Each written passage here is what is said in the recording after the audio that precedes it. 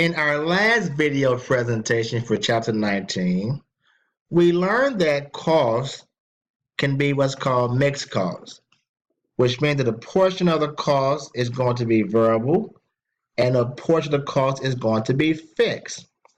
And the question was asked, how do we know what portion of the cost is variable cost, what portion of the cost is going to be what we call fixed cost? Well, we have a method known as the high-low method. It's a method that we can use to estimate the variable cost portion and the fixed cost portion of our mixed cost. With the high-low method, we have a formula. We look at the change in total cost divided by the high level of activity minus the low level activity to determine what's going to be our variable cost per unit. So for example, here we have the Metro Transit Company, and this is showing their maintenance costs over a 6-month period. These are the months, here and here. These are the miles driven for each month. This shows the total maintenance cost for each month. We're saying there's a relationship between the maintenance cost and the miles driven for these buses. So we look at the month that has the highest level of activity and the month that has the lowest level of activity. We see in April, we drove the bus for 50,000 miles. That is the month with the highest level of activity. And in the month of January, the buses were driven for 20,000 miles. So this month is the lowest level of activity. The cost for the highest month was $63,000, whereas the cost in the lowest month was $30,000. So we first focus on what was our change in cost from the highest month to the lowest month. That change in cost was $33,000 between the highest month and between the lowest month. We then look at the change in activity level from the highest month to the lowest.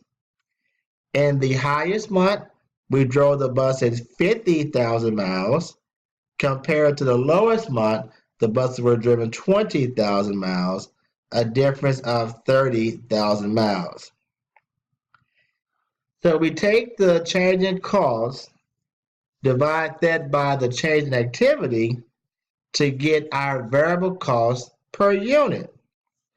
Based upon these numbers, we get a variable cost of $1.10. So what we said is that our variable cost, based upon the miles driven, is going to be $1.10 per mile.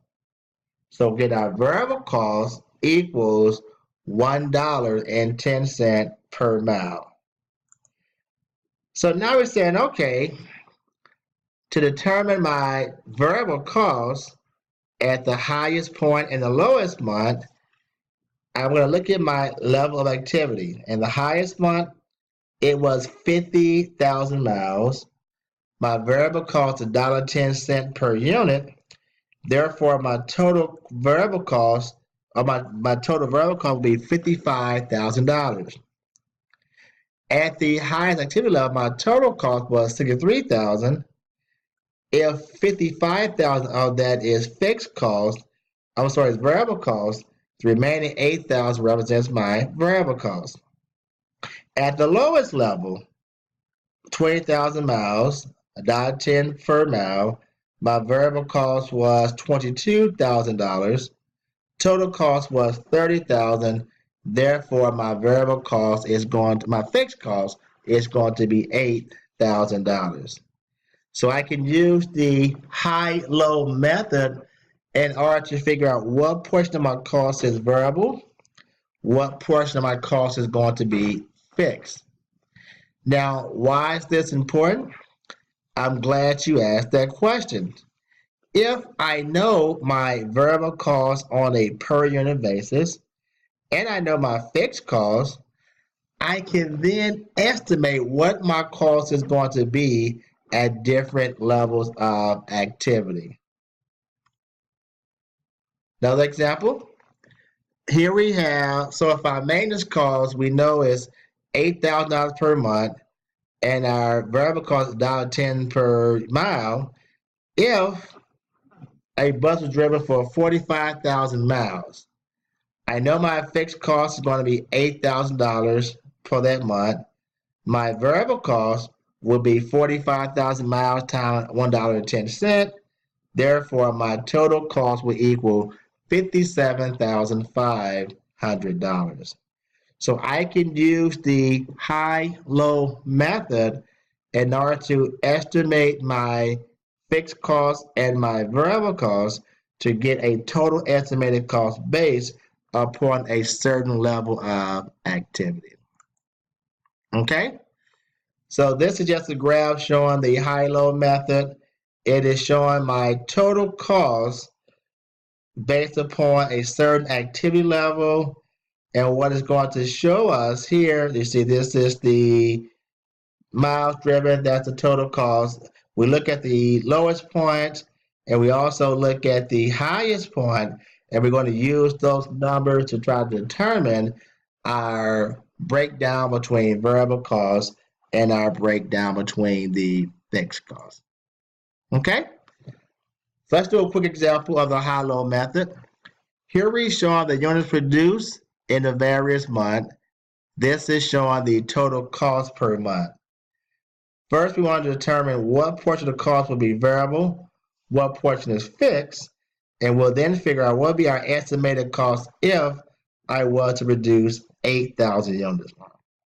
So first, focus on the lowest level of activity, which is going to be the month of May, and also focus on the highest level of activity, go back, which is going to be the month of March. Okay?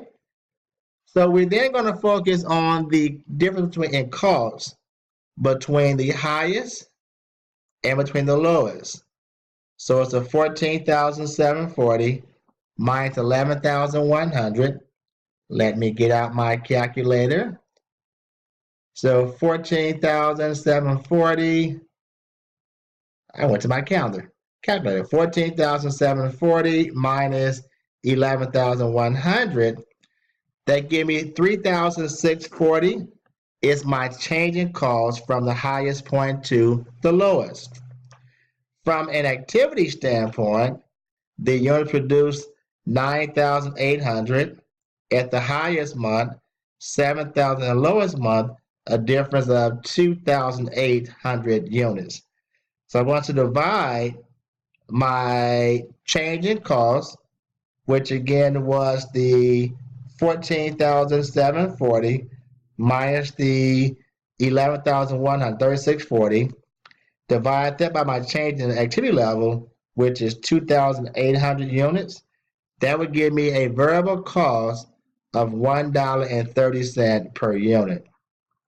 So I can use my highest number or my lowest, doesn't matter which one you decide to use, to figure out my breakdown between variable costs and between fixed costs. So we're going to first take a look at the highest. So we know in the highest month, the total cost was $14,740. Well, my variable cost is going to be $1.30 per unit, multiplied times 9,800 units. So my total variable cost will equal $12,740. If I subtract my variable cost from the total cost of $14,740, that would give me a fixed cost amount of $2,000. So my variable cost is going to be $1.30 per unit, and my fixed cost is going to be $2,000. The second point, or if I look at the lowest month, again, I can do either or. Total cost for the lowest month, 11,100. my variable cost will be 9,100. That's 7,000 units times $1.30 per unit. So if my variable cost is 9,100, just to confirm things, it gives me a fixed cost of $2,000.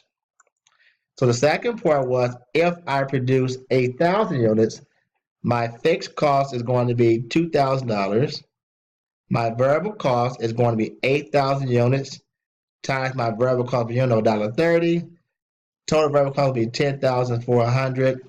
So my estimated cost of producing 8,000 units will equal $12,400. So we can use what's called the high-low method to determine the total cost we're going to assume based upon knowing the variable cost on a per unit basis as well as our fixed cost. So be sure to go through the examples and practice how to determine the variable cost and fixed cost element using the high-low method.